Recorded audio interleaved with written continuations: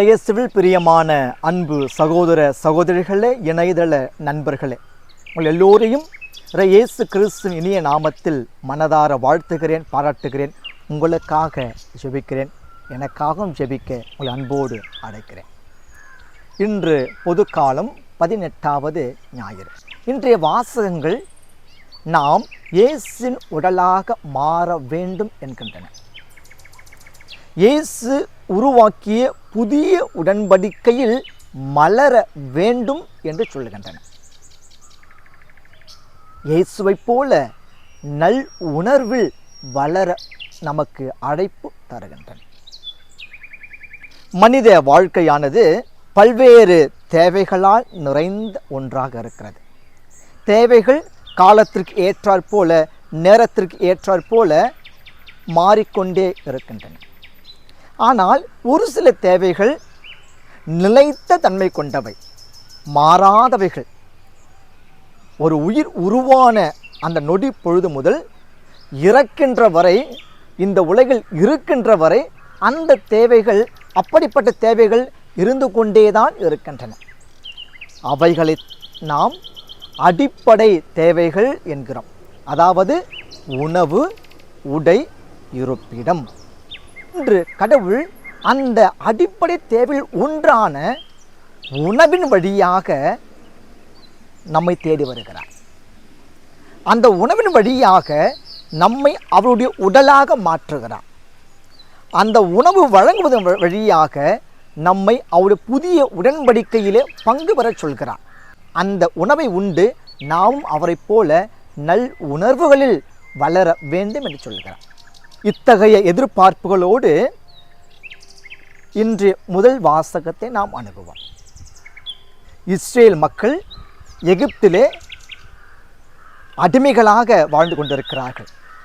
நினைச்சு பாருங்க, அடிமைக்கு போதுமான அளவு உணவு கிடைத்திருக்குமா, உடை கிடைத்திருக்குமா, இருப்பிடம் கிடைத்திருக்குமா, உரிமைகள் வழங்கப்பட்டு இருக்குமா? கிடையாது. இருப்பினும் அப்படி இருந்தவர்களை கடவுள் என்ன செய்கிறார்? மோசே வழியாக அடிமைதனத்திலிருந்து மீட்டு கொண்டு வர முயற்சி எடுக்கிறார். மோசேயை அனுப்பி மோசே வழியாக தன்னுடைய எண்ணத்தை பார்வோனத்தை வெளிப்படுத்துகிறார். பார்வோன் இசைவு தரவில்லை. மோசே போராடி மக்களை அழைத்து வருகிறார்.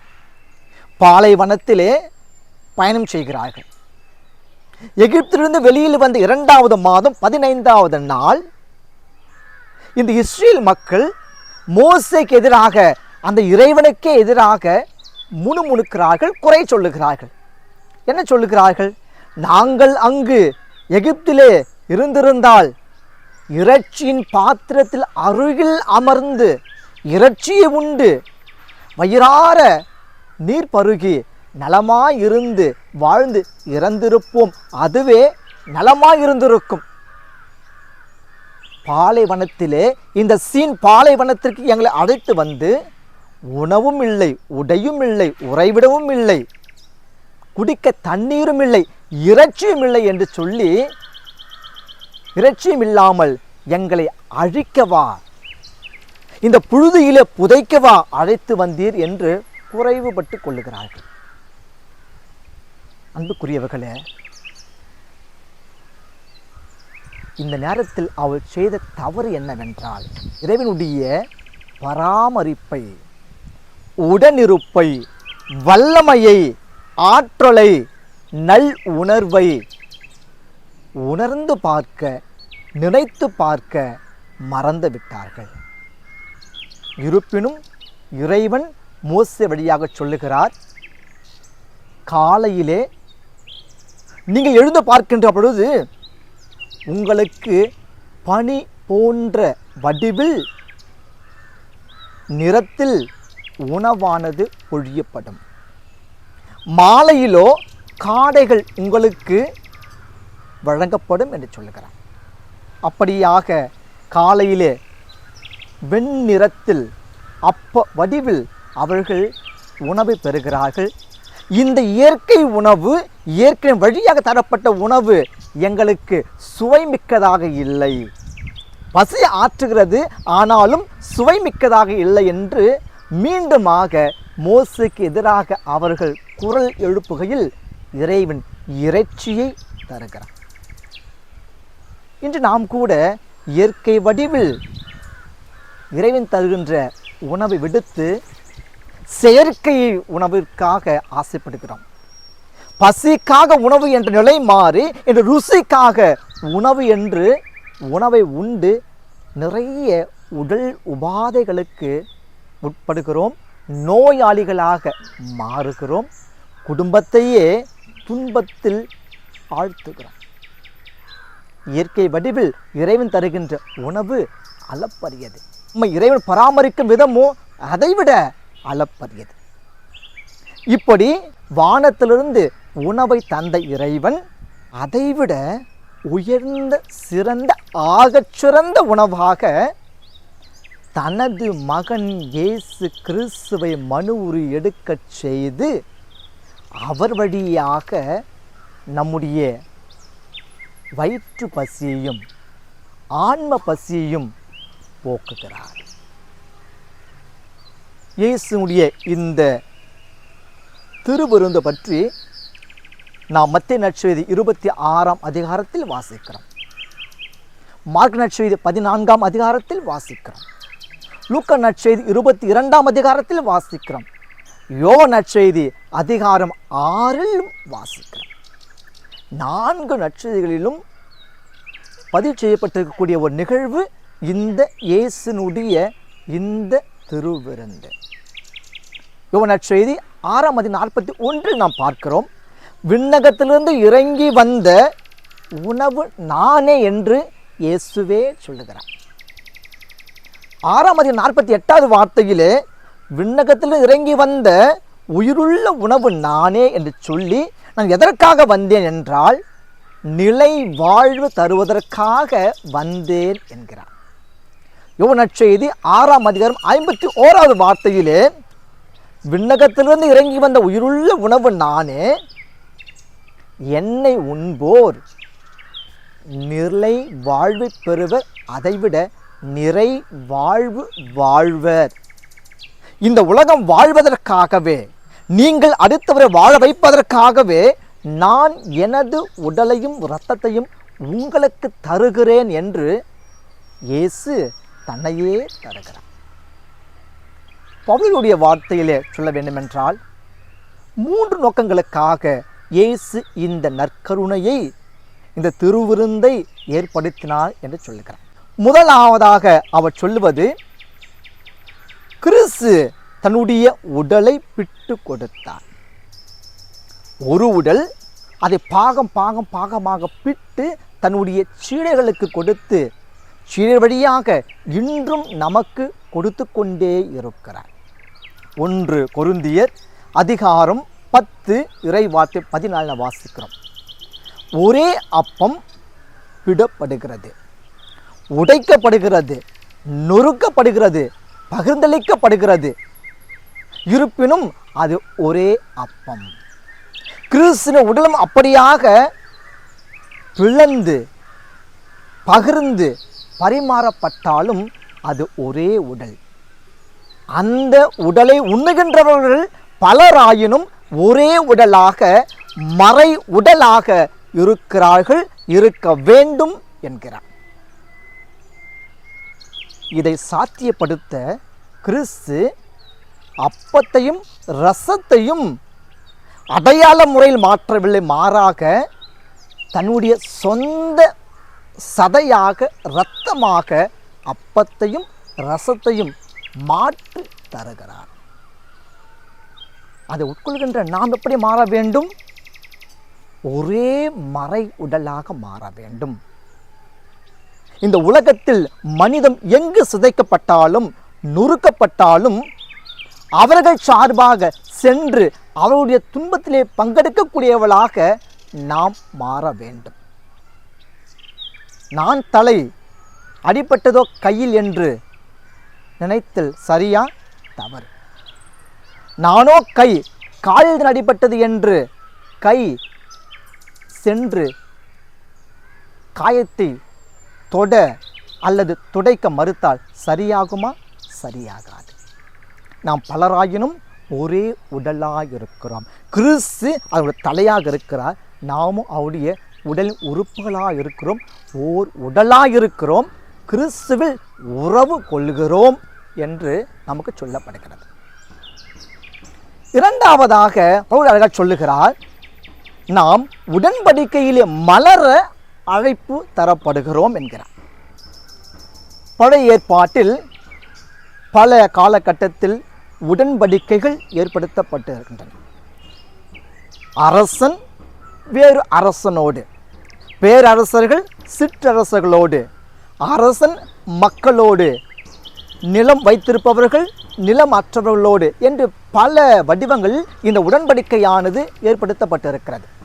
அப்படி உடன்படிக்கைகள் ஏற்படுத்தப்படுகின்ற பொழுது என்ன செய்வார்கள் என்றால், முதலிலே பேசி முடித்த பிறகு அதை எழுத்து வடிவில் பத்திரமாக மாற்றிய பிறகு விலங்கை அந்த இடத்திலே வெட்டி அவருடைய இரத்தத்தை அந்த பத்திரத்தின் மீது தெளிப்பார்கள். எதற்காக என்றால், ஒருவேளை நான் கொடுத்த வாக்குறுதியிலே பின்வாங்கி விட்டேன் என்றால் நீ என்னை இந்த விலங்கை போல வெட்டி வீழ்த்தலாம், என் மீது எனக்கே உரிமை இல்லை, இந்த உடல் மீது முழு உரிமையும் உமக்கு உண்டு என்று சொல்வதற்காக இப்படி செய்யப்பட்டது. ஆனால் கிறிஸ்து இப்படி பல முறை பல வகைகளில் விலங்குகள் பலியிடப்பட்டதை நீக்கும் விதமாக புதிய உடன்படிக்கையின் அடையாளமாக என்ன செய்கிறார்? தன்னுடைய சொந்த உடலை, தன்னுடைய சொந்த இரத்தத்தை தருகிறார். இது புதிய உடன்படிக்கை. இந்த புதிய உடன்படிக்கையிலே இணைகின்றவர்கள் பிறரை துன்புறுத்துவதை விட, பிறரை கஷ்டப்படுத்துவதை விட தன்னை முழுமையாக தர அழைப்பு தருகிறார். பவுலடிகளார் உரோமையில் எழுதப்பட்ட திருமுகம் அதிகாரம் 5 இறை வார்த்தை 9 சொல்கிறார், இந்த புதிய உடன்படிக்கையின் வழியாக நாம் கடவுளுக்கு ஏற்புடையவளாக மாறியிருக்கிறோம். நமக்கும் கடவுளுக்கும் இடையேயான அந்த பகைமையானது முறிவுபட்டு விட்டது. நமக்காக இருந்த தண்டனையானது நீக்கப்பட்டு விட்டது. நாம் தப்பித்து கொண்டோம், மீட்பை அடைந்தோம் என்கிறார். கடவுளுக்கும் நமக்குமான அந்த பகைமை உறவு பாவம் நீக்கப்பட்டதால், அழிக்கப்பட்டதால் நாம் இப்போது கடவுளுடைய சொந்த பிள்ளைகளாக இருக்கிறோம், கடவுளோடு நெருக்கமான உறவில் இருக்கிறோம் என்று சொல்லுகிறார். மூன்றாவதாக அவர் சொல்வது, இயேசுடைய உடலை உண்ணுகின்றவர்கள், இயேசுடைய இரத்தத்தை பருகின்றவர்கள் எப்படி வாழ வேண்டும்? நல் உணர்வில் வாழ வேண்டும். நற்கருணைக்கு நாம் சொல்லக்கூடிய ஒரு பெயர் நன்மை, அதாவது நன்மை செய்ய வேண்டும்.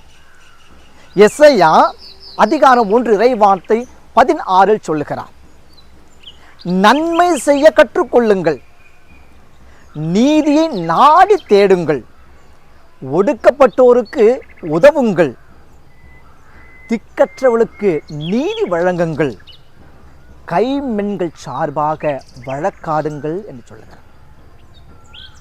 மத்திய நற்செய்தி அதிகாரம் 5 இறை வார்த்தை 23, 24 நாம் பார்க்கிறோம். ஆண்டவர் இயேசு அழகாக சொல்லுவார், நற்கருணை பெற வரும் முன் உங்கள் சகோதர சகோதரத்தில் உங்களுக்கு ஏதாவது மனத்தாங்கள் இருக்கிறது என்றால் கொண்டு வந்த அந்த பலி பொருட்களை பீடத்திற்கு முன்பாக வைத்துவிட்டு முதலில் சென்று நல் உறவை ஏற்படுத்தி கொள்ளுங்கள், பிறகு வந்து உங்கள் காணிக்கையை செலுத்துங்கள், அப்பொழுது அந்த காணிக்கைகள் ஆண்டவருக்கு ஏற்றதாக இருக்கும், உங்களுக்கு ஆசீர்வாதம் கிடைக்கும் என்கிறார்.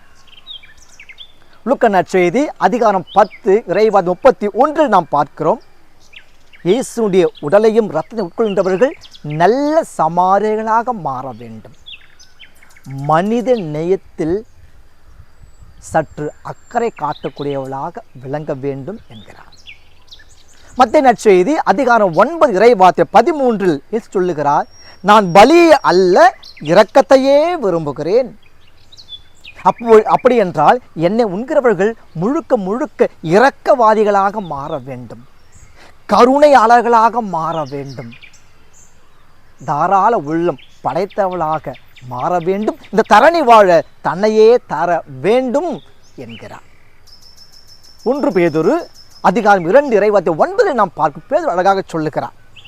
நாம் அரச குருத்துவ திருக்கூட்டம், தூய மக்கள் இனத்தவர்கள், கடவுளுடைய உரிமை சொத்தாக இருக்கக்கூடியவர்கள். எனவே அவரை நம்முடைய வாழ்க்கையிலே நாம் பிரதிபலிக்க வேண்டும். அவருடைய இறையரசு கனவு நிறைவேற நாம் இரவு பகல் பாராது உழைக்க வேண்டும், நம்மிடம் இருப்பதை தர வேண்டும் என்கிறார்.